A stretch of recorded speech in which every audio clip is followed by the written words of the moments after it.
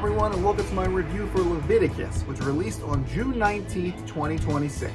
In a small rural town in Australia, two young men forge a romantic connection, much to the disappointment of their parents. They are then treated to a religious conversion therapy that results in the attachment of a violent, demonic entity that takes the form of who they desire most, each other.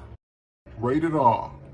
I want to start this review with some warnings. As always, these reviews are just my personal opinions. As I have shared in the past, I am not a big fan of organized religions. They have traumatized myself and billions of others on this planet. That being said, I don't want this review to come off as being anti-religion. Because I'm not anti-religion, I believe in freedom of religion. It's when people use their religion to harm others, or to justify their harming of others, is when I take issue. And that's the case with the plot of Leviticus. The film focuses on the lives of two young men who are looking for a connection in a post-industrial small town in Australia. Joe Bird plays Naim, spelled N-A-I-M, Naim. It's a weird name, and honestly I thought his name was Nate throughout the entire film. Mostly because of the Australian accent.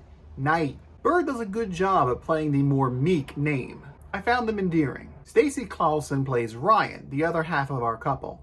And of course his name is Ryan. Ryan has a tough exterior, but he can be just as gentle. Clausen does a great job here too. Some of his physicality was pretty amazing. He also has this smolder that could easily melt hearts. Both leads do a great job at capturing that genuine smitten and butterflies feeling of a new and exciting relationship. I think they balance that well with the terrifying horror of being hunted. This is especially true when they're trying to figure out if the person they're talking to is the person they love or if it's actually the entity. Tender moments can switch in an instant, and these two make sure that is felt. The romance part of the film felt super authentic to me. There was the curiosity, the uncertainty, and the diving in with both feet. I would have liked to see more moments of this happiness though. Maybe we could have seen a few dates or more tender moments. Or maybe even a conversation where they explore what it all means to them. This is a short film, only 1 hour and 28 minutes. I think adding more of these pleasant experiences would have deepened the connection between Naim and Ryan, giving the audience even more reason to root for them. The same could be said for the horror aspects of the film.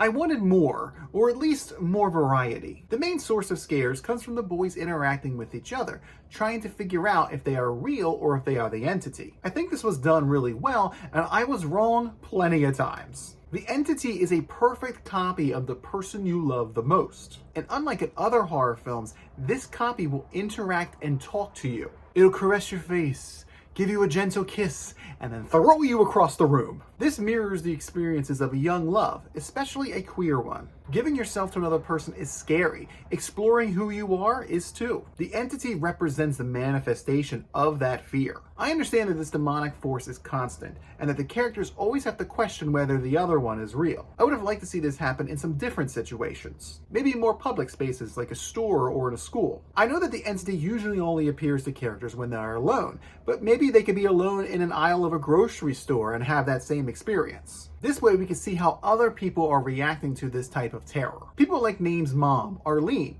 played by Mia Wasikowska. At first, I didn't really like how muted Mia's performance was. But as the film went on, it became apparent that she was never going to be supportive of her son. I would have still liked to see some more emotion though from her part, even if it was just anger. Which ties back to the horror aspects of the film. And the main component of that is conversion therapy. Conversion therapy is the practice of forcing people to change aspects of themselves through a variety of methods. This can include actual therapy sessions, exercises, and role play. Unfortunately, the conversion therapy for LGBT youth usually involves verbal, physical, and emotional abuse. And since these are almost always religious in nature, there's also the threat of eternal damnation. Parents will send their children to these type of camps to stifle their existence. The parents know what kind of heinous things happen at these camps, but they send their kids anyway, because they prefer to abuse their children rather than love them for who they are. They use their religion to justify the decimation of their children. And this is what happens in Leviticus. However, since this is a horror movie, the conversion therapy consists of attaching a demonic entity to the youth. It's an allegory that I found really scary. Think of it as a scared straight program that can result in your death. The adults know that they're attaching a demon to the kids, but they do it anyway because of their religion.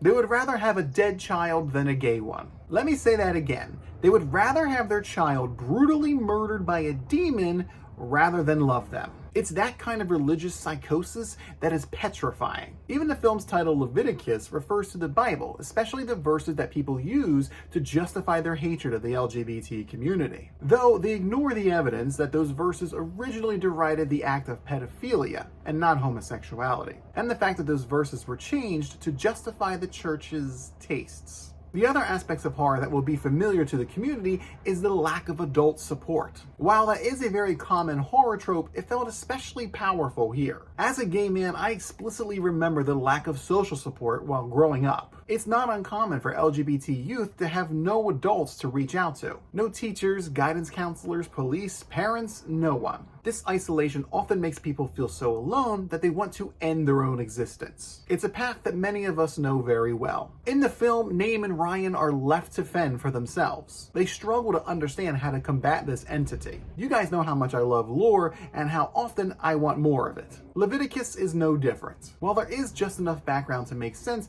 I was hoping for more. And with the short runtime, there was plenty of opportunity to add some. I was curious about how the entity would work in the long run. What would happen if you forced yourself to live a heteronormative life? Would it still appear? Would it keep its distance? Or would it try to tempt you? These questions are probably too far out of the scope of the film, but I think it would have been pretty interesting to have one of the adults in the film admit that they have been dealing with this demonic entity for their whole adult life. It could have influenced the boys and the decisions that they make. The visuals of the film are just as bleak as the situations. The setting is an industrial town that is past its prime. There's stark gray and abandoned factories all over. The houses are dull and devoid of color. Smokestacks cloud the sky. There's a heavy depression and decay that hangs over everything. I think that helps the blossoming love between Name and Ryan stand out even more. The destitute surroundings fade away when they're together. In the end, Leviticus is a good queer horror film. The main actors capture the hopefulness and fear of a new love. The horror isn't limited to just jump scares. Rather, the overall allegory of abuse can weigh very heavily on the viewer. For me, it brought back a lot of emotions from my youth,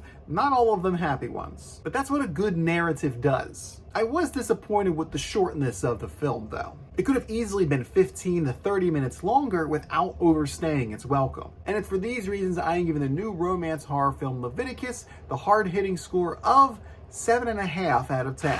While not perfect, this is yet another strong indie horror film for the year. I think it fits in perfectly with Obsession and Backrooms. I really hope it enjoys that kind of success. So, do you plan on seeing Leviticus? I would definitely recommend it to all horror fans. Tell me what you thought about it in the comments down below. And please like the video and subscribe to the channel for more horrifyingly gay content just like this. Thanks for watching and happy Pride!